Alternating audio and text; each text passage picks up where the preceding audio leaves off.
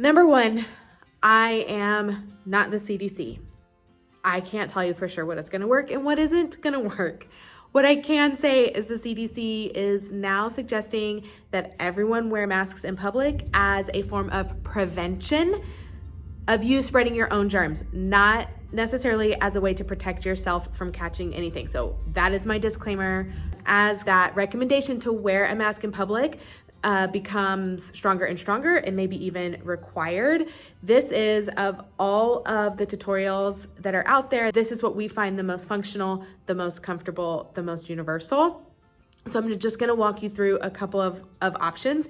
You can find probably shorter videos elsewhere on YouTube. I'm gonna walk you through a little bit more of the steps. Two options I'm gonna show you today. The first is the most simple, and it is just 2 pieces of fabric sewn together, and you can use elastic or ties. Now, halfway through recording this video, I did decide that I wanted to try adding a pipe cleaner, and it worked. So you can do that or not, and I'll talk you through both of those options, but I'm really liking having a pipe cleaner in to get a tight fit around your face. So this is option number 1. I actually don't find this the most comfortable. I don't know if it's because of the seam at the bottom too. I'm not sure. But the second option is 1 piece of fabric that gets folded, but we leave a slot where you can insert an additional filter. Again, I'm not the CDC, but what I have seen being recommended is the 3M Filtrate 1900. It does not have fiberglass in it, so you can't just use any filter, any air conditioner filter, because some of them are harmful. But the 3M Filtrate 1900 is what I have seen people recommending, and then you have to take the filter apart, but you can get about 100 little filters to fit into this from 1 AC air filter. So I've also seen people recommend coffee filters to put inside. Anything non-woven you could add inside just as an extra layer, but again, you don't have to. So this one has elastic. Elastic's hard to come by right now, so you might need to use ties. I made these ties out of a t-shirt, so they're stretchy, it's really comfortable. And then this is elastic like you would get for a hair tie. You can use that too. And I didn't cut it because when we were doing that, it was fraying pretty bad, but we just folded it in half. So you'll see all that in the video, but I kind of tried to rush through it, so I'm not sure how well I explained. So I just wanted to show you here. This is what the elastic looks like. It's got a sparkly side. You can put that side out or in, and then the matte side. And then for the t-shirt, when you cut your shirt into strips, watch what happens when I pull it. It gets curly. So you don't have to worry about hemming it or like having frayed edges or anything. So this is really handy too. You could, even if you didn't want to do ties, you could figure out, I just don't have a measurement to give you because I'm not sure, but you could make, this works, right? You could make elastic like this as well. Let me see how long that is. Hang on. Let's see if we can figure this out right now on the fly. So 6.5 inches, and we cut the other elastic at 7. So you could maybe even use this at 7 inches and it would still work. Let me show you what these fit like. I have to take my glasses off because those glasses are too big and now I can't see. So this goes behind your ears, and I have tiny ears, so it pulls forward a little bit, but it hasn't necessarily been uncomfortable. And then up over your nose, and see how I can, like, with the pipe cleaner, kind of get a tighter fit up there, and then just under my chin. But it's tight on the sides here. And I feel like I have good room here. We actually tried fitting these over like a construction mask, and they fit over a mask too. Okay. And then here's the ties. Since I don't have a ponytail or anything, these are a little more awkward. You can tell I already put this on because of the pipe cleaner. But you can tie this one up high. I just don't like the ties as much. And then this one down low.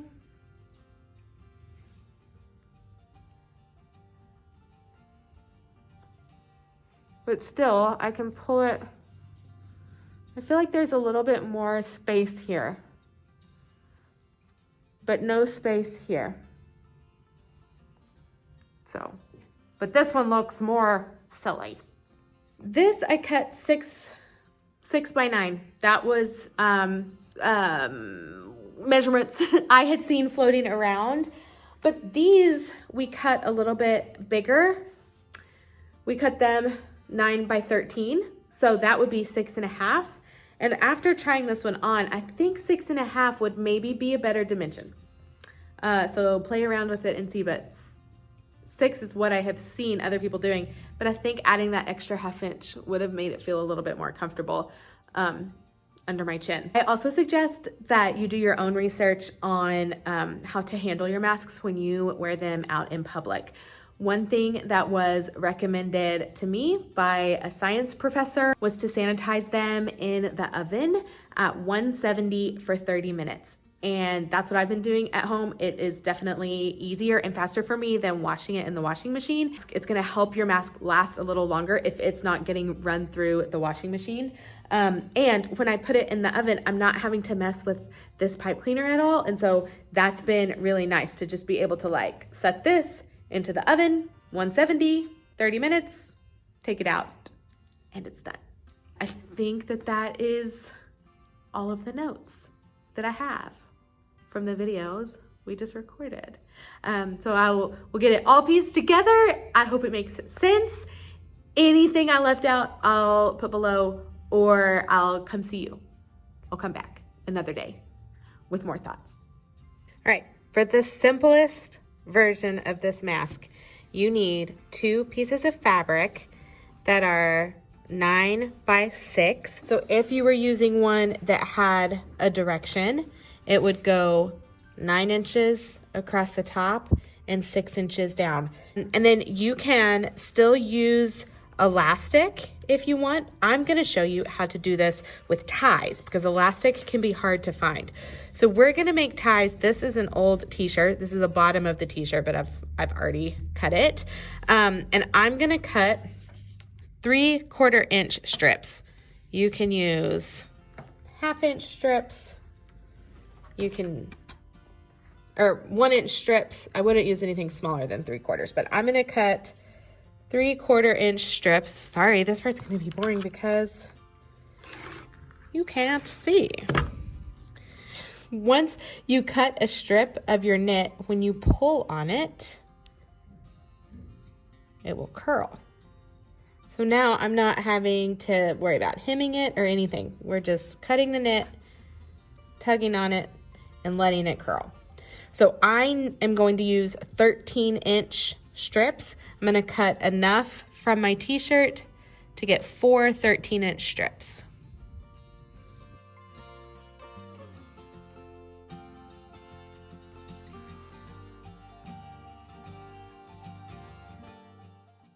So there's my 13-inch strips. I'm going to take one fabric right side up, and then I'm going to lay all of my ties directly in the corners. So I'm putting them diagonally into those corners.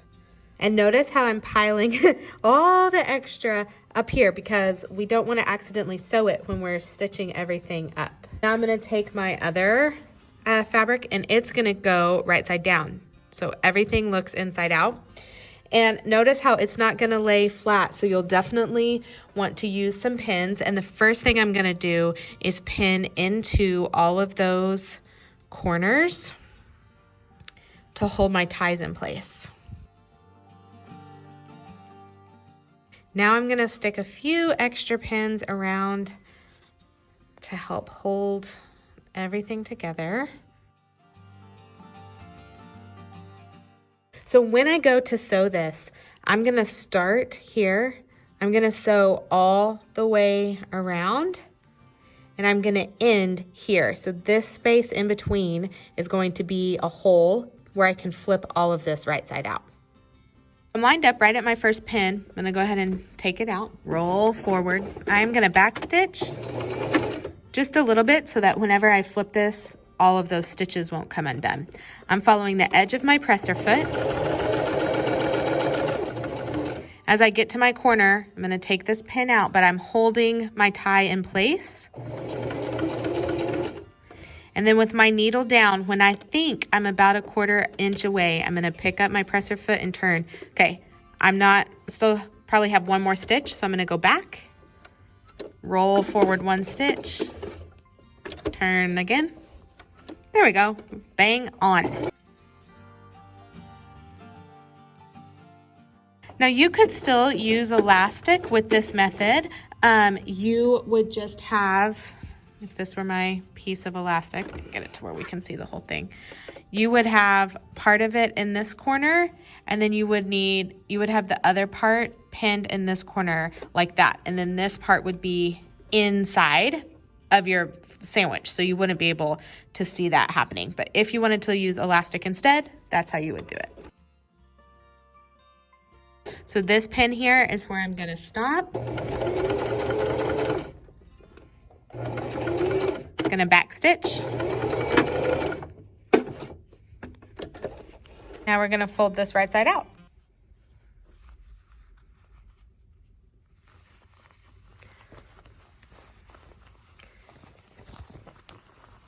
So as I turn this, you want to make sure you poke all those corners out. You can pull on your ties a little to help pop everything out flat, but I still stick my fingers down in all of the corners. Seems like there's more than 4, but there's only 4, I promise. And then we can pull all of this tight, and I'm going to give this a little press with the iron. So once you iron this flat, you have a couple of options. You can add a pipe cleaner along the top of here if you want to. If not, you're just gonna top stitch right here, which we'll do in a minute. But I do want to add a pipe cleaner. So here's how I'm gonna do it. I start by lining the edge of this up with the screw here. You can just eyeball it or figure out what lines up on yours. I'm doing it just so we can add a little stopper for the pipe cleaner. So I'm gonna roll, back stitch, go forward a little, turn it. So I'm about lined up with my presser foot over here at the end. Then down here, when I get about the same distance that we made that little stopper on this end, I'm gonna have my needle down, pick it up, roll, go off the edge and back stitch. So now I'm gonna take my pipe cleaner. I have cut this in half. And I'm going to tuck these ends down just so they're not too pokey. And then I'm gonna stick this inside that little opening that we still had. Okay, so that just slides. It doesn't want to lay flat. It doesn't want to cooperate for the video. It's just sitting right down inside of that. And now I'm going to top stitch right along the edge of this. I'm going to stick some pins in here to hold everything flat. So I am lining this up right next to the edge there. I want to sew close enough to the edge that I'm actually closing it, but I also don't want to sew right on top of my pipe cleaner. I'm going to back stitch. So I can feel my pipe cleaner and I'm just pushing it down a little.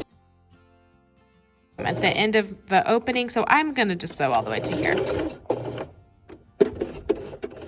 Back stitch. So you can see how I just made that little channel for the pipe cleaner, and I guess I should have started that over there to, you know, make it look nice, but this is how we learn. And it's closed on both sides, and now you have that pipe cleaner so you can just bend it just a little. And we're ready to pleat. Get these pleats. I put in 2 pleats. I'm gonna go about 1 inch up from here, and at my inch, I'm using my finger to hold it in place, and then I'm coming back down almost to the bottom, not quite, meet my first pleat, and then fold back up. So this pleat is a little below my ties here, and this pleat is a little above my ties. We do that just to reduce the bulk. And then I'm gonna use a pin to hold that in place. I'm gonna turn it around and do the other side. So about an inch up, grab it, meet at the bottom, and about another inch up. And if you don't get it exactly right the first time, just try again. Don't spend too much time trying to get the perfect pleat. So when this goes on your face, it's gonna get all spread out anyway. All right, that's what we're left with. Now we're gonna stitch down both of these sides. Back stitch. Don't sew over your pin, so I'm gonna go ahead and grab that out. And back stitch at the end.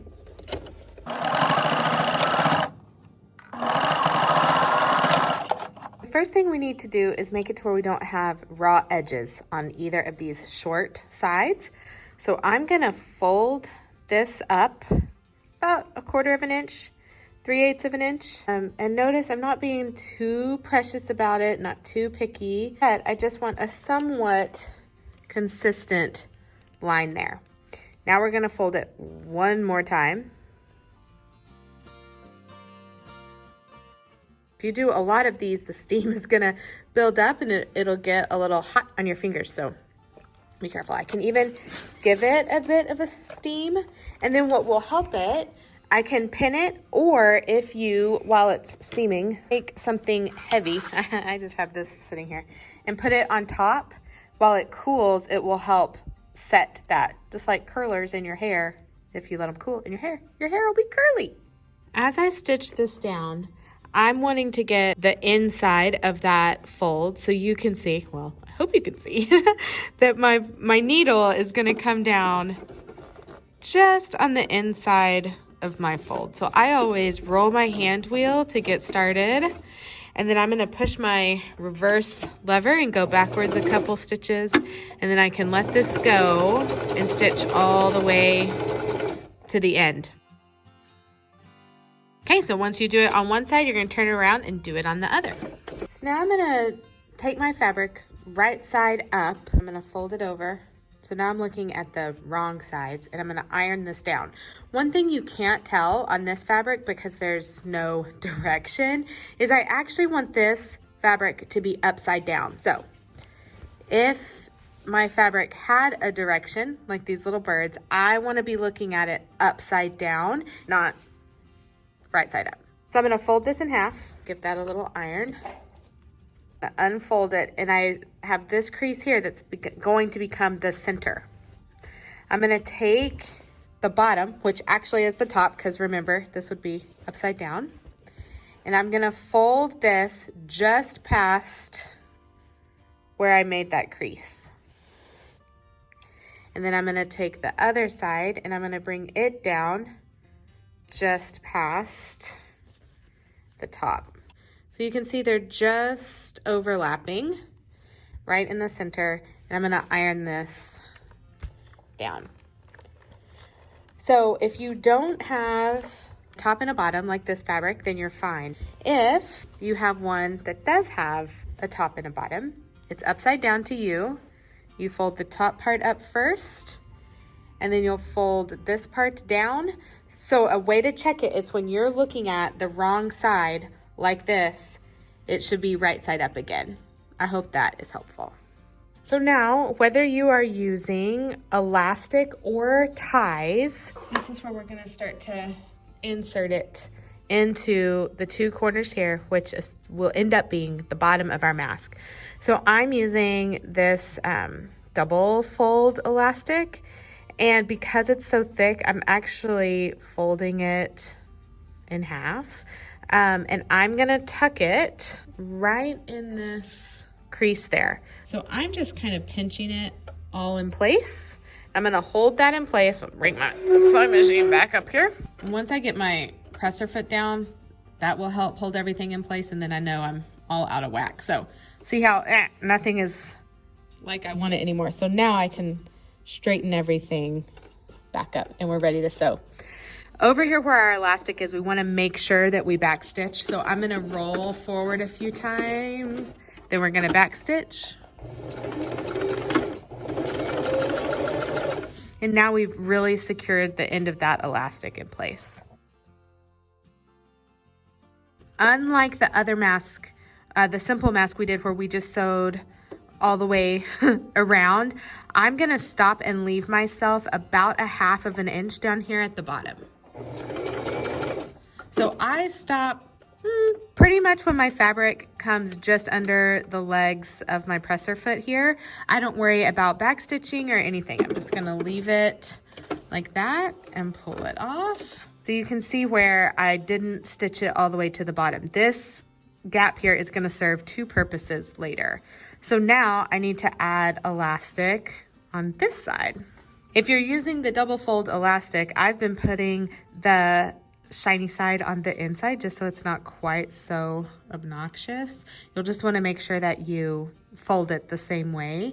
And again, remember that it's going inside of our mask, not out to the outside, which feels more right. You can use pins here to hold everything in place as you get familiar with the steps and the process. I always roll to make sure I get a good start, and it'll help keep from getting rat's nests underneath your machine. So I'm gonna back stitch.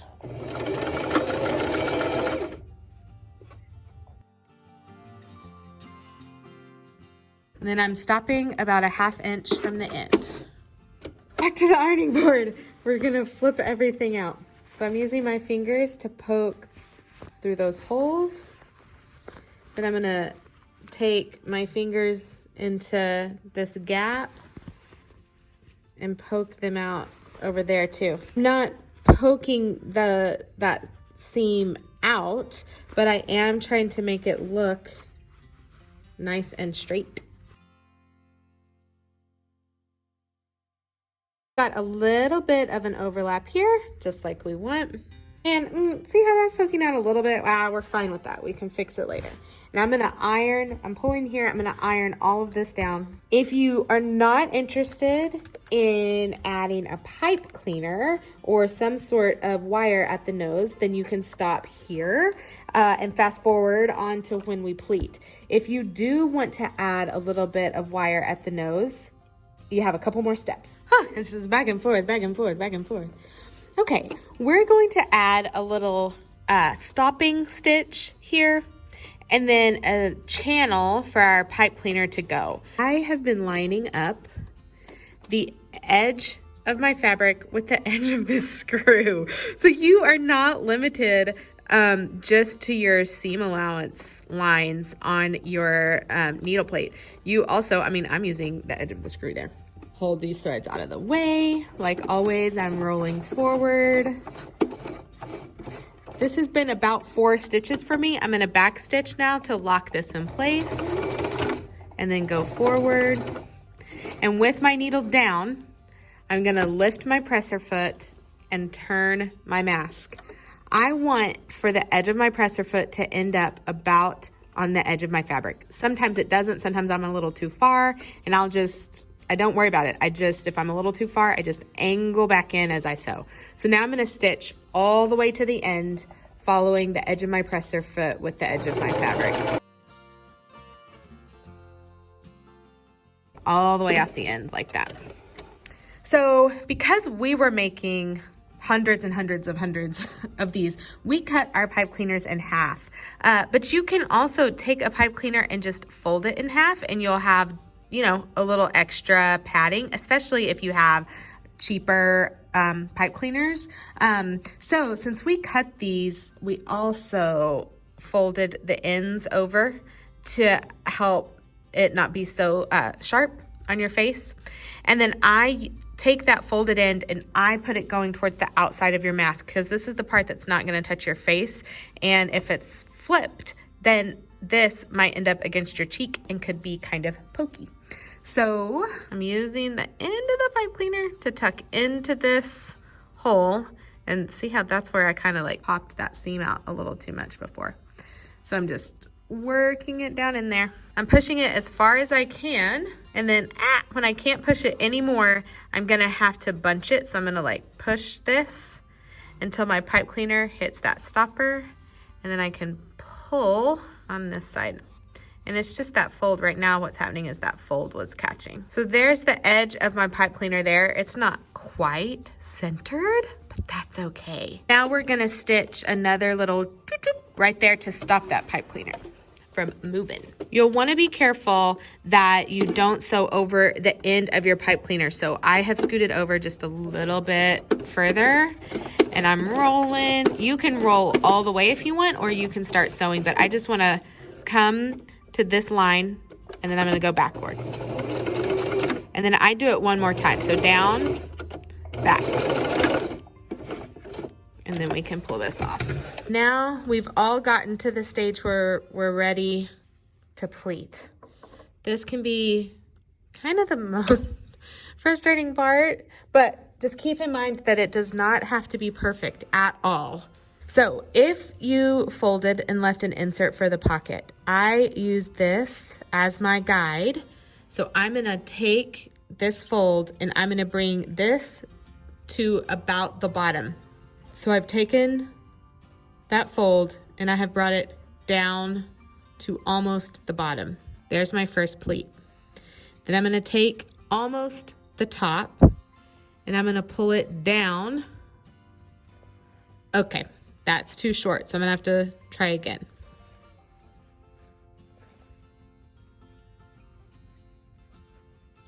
So what I've done is I've made this a little shorter. You can measure if you want it to be exact. It's about 1 inch. So if you measure 1 inch up from here, that's where you're gonna put that crease. And then I'm folding it back, okay? And then I'm gonna go up another inch and then fold it back. So see how those pleats are nestled on top of each other? What I don't want is for this pleat to come down too far because it's too thick, okay? So I'm just nestling those pleats on top of each other. I'm gonna take a pin and I'm gonna pin each of those pleats in half, or pin them in half, pin them in place. So that's what I'm left with, 2 little pleats. And now my mask has gone from, you know, that long to this long. So now we turn around and do the other side. You can kind of pull this. It doesn't always work for me. See, this side's still a little bigger than this side. Which usually, that is how it ends up happening for me. I just kind of grab it and pinch it, pull it down. Just work with it till you get it how you want. And the more you do it, the more you'll be able to just guess without really having to think about it too much.